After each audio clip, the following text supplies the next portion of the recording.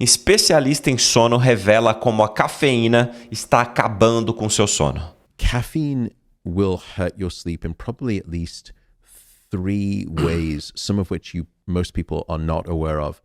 The first issue is the duration of its action. So caffeine has what we call a half-life of about 5 to 6 hours. In other words, after about 5 to 6 hours, half of that caffeine is still in your system. What that means is that caffeine has a quarter life of somewhere between 10 to 12 hours. So if you have a cup of coffee at noon, at midday, a quarter of that caffeine is still in your brain at midnight. So having a cup of coffee at noon, and it's hyperbole in truth, probably, or it's a little bit hyperbolic, but it's almost the equivalent of a coffee at noon is the equivalent of, tucking yourself into bed, and just before you turn the light out, you swig a quarter of a cup of coffee and you hope for a good night of sleep, and it's probably not going to happen. So that's the first thing to keep in mind, is the timing of caffeine. The second is that caffeine is a stimulant. Now, everyone knows this. Everyone knows that caffeine can make you more alert and more awake. By the way, how does it do that? It comes back to adenosine, which is the chemical that we spoke about, the sleepiness chemical. It's no coincidence that those two things sound the same at the end of the name, caffeine and adenosine. Caffeine will actually race into your brain, and it will latch on to the adenosine receptors, the welcome sites in your brain. And it has very sharp elbows, and it will force away the adenosine from those receptors, and it will hijack those receptors. Now, at this point, you may be thinking, well, hang on a second. If it's latching onto those sleepiness chemical receptors, shouldn't caffeine make you more sleepy? And the answer is no, because what it does is it just latches onto the receptor and it inactivates it, essentially. So it masks the receptor. What caffeine does then is race into your brain. You've got all of this sleepiness at 9 p.m. or 10 p.m. You have an espresso because you're trying to power through and finish the report, or the presentation for your your pitch for your deck for your startup company. And that caffeine races in, it latches onto the adenosine receptors and blocks the signal of adenosine. So now your brain was thinking, I'm starting to get tired, it's 10 p.m., but now all of a sudden that signal is blocked. And caffeine is like hitting the mute button on your television remote controller. It just mutes the signal of sleepiness. So now you think, well, no, I don't feel sleepy anymore. And here's the danger, that even though, when the caffeine is in your system and it's latched onto the receptors, that adenosine is still there. It's not going away. In fact, if anything, during the course of the caffeine in your system, it continues to build and build. And now when the caffeine finally gets metabolized and excreted out of your system, not only do you go back to the sleepiness that you had many hours before, it's that plus all of the adenosine sleepiness that's been building up during that time in between. So you get hit with this huge tsunami wave of sleepiness, and that's what we call the caffeine crash. The caffeine crash. Crash, pessoal, pode ser tanto de batida, né? Se você tem um car crash, você tem um acidente de carro, uma batida de carro. Mas também pode ser a queda, tá? Então, crash também no sentido de queda. Nesse caso, é the caffeine crash. Então, a cafeína cai e aí vem aquele sono, que é o que ele está falando, né? Aquele tsunami de sono, né? Que você tem aquela moleza. Quem toma muito café provavelmente já teve isso. Você fica bem, de repente cai. Parece que vai... Isso já, quando eu tomo muito café, isso acontece. Parece que você vai... Não tem como ficar em pé, assim. Dá vontade de deitar. É um negócio absurdo. Parece que você tomou um calmante, assim. Uma coisa que não é normal, né? É bizarro. Então, isso é o que ele está chamando de caffeine crash. So, one of the issues... So, that's sort of caffeine in terms of how it works in its timing. Another issue is that it creates anxiety, just as you said. And anxiety is probably one of the greatest enemies of sleep. It's one of the principal reasons that underlies insomnia, is a physiological state of anxiety, that your fight or flight branch of the nervous system is ratcheted up. That's what caffeine will do. It needs to do the opposite for you to fall asleep. That's why you can have what we call the tired but wired phenomenon, where you say, I'm so desperately tired. I am so tired, but I'm just so wired that I can't fall asleep. It's because your nervous system is too amped up. Caffeine will trigger that amping up. Then at that point, if you're struggling to fall asleep because you've got too much caffeine on board, it is what we call anxiogenic. So now you start to worry. And the last thing you need to do when your head hits the pillow for good sleep is worry. Because when you start to worry, you start to ruminate. And when you ruminate, you catastrophize. And when you catastrophize, you're dead in the water for the next 2 hours when it comes to sleep.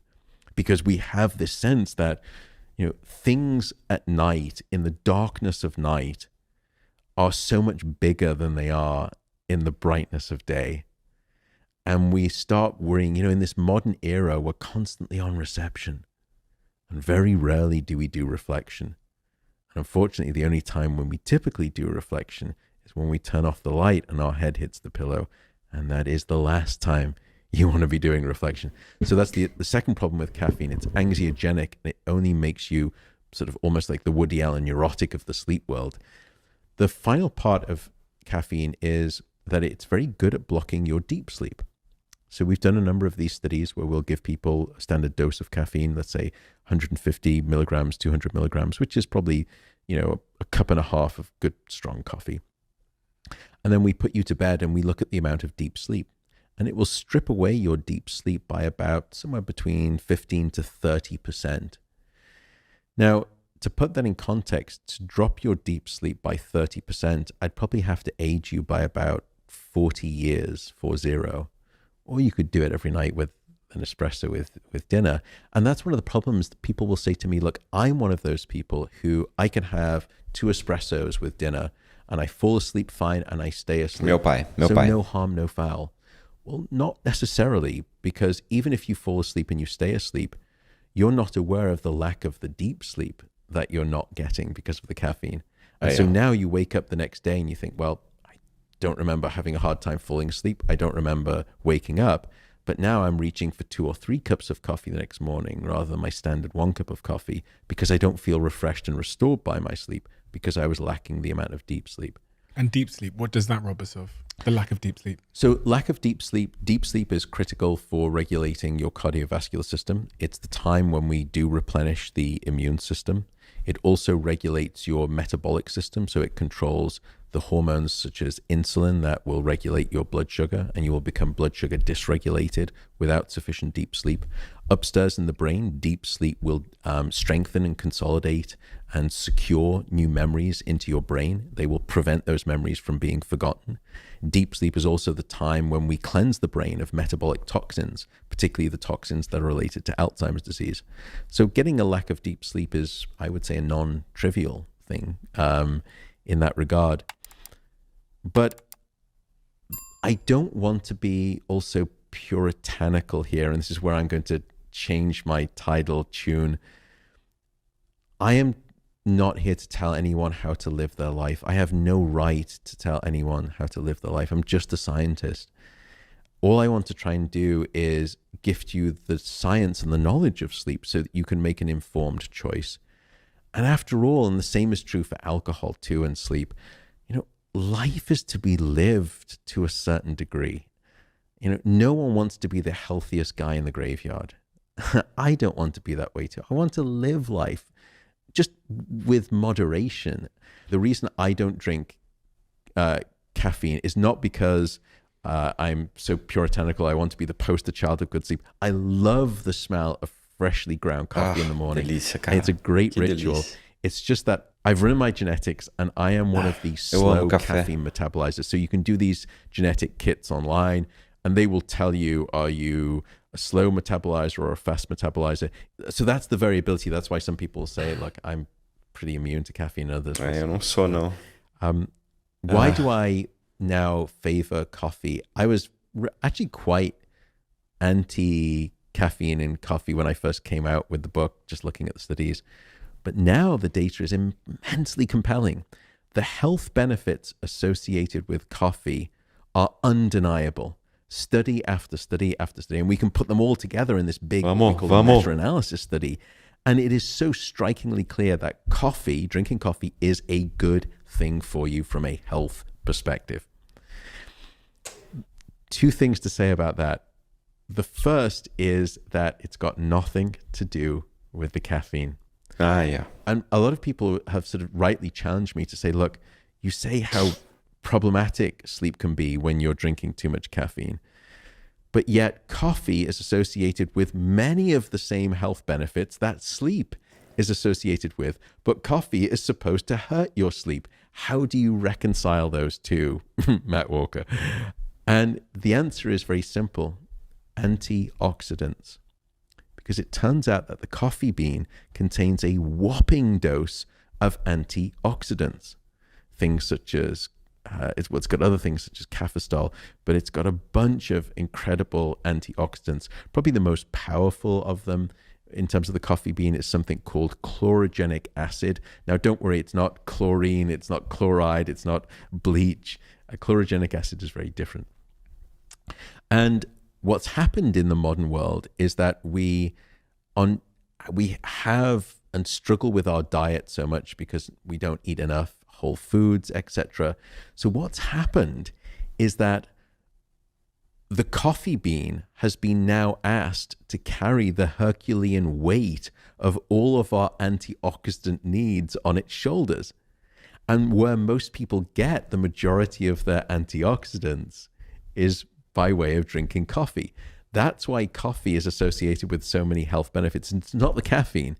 Case in point, if you look at the studies with decaffeinated coffee, you get very similar health benefits. Again, it's not the caffeine, it's the coffee itself. So the bottom line here is drink coffee, but I would say the dose and the timing make the poison.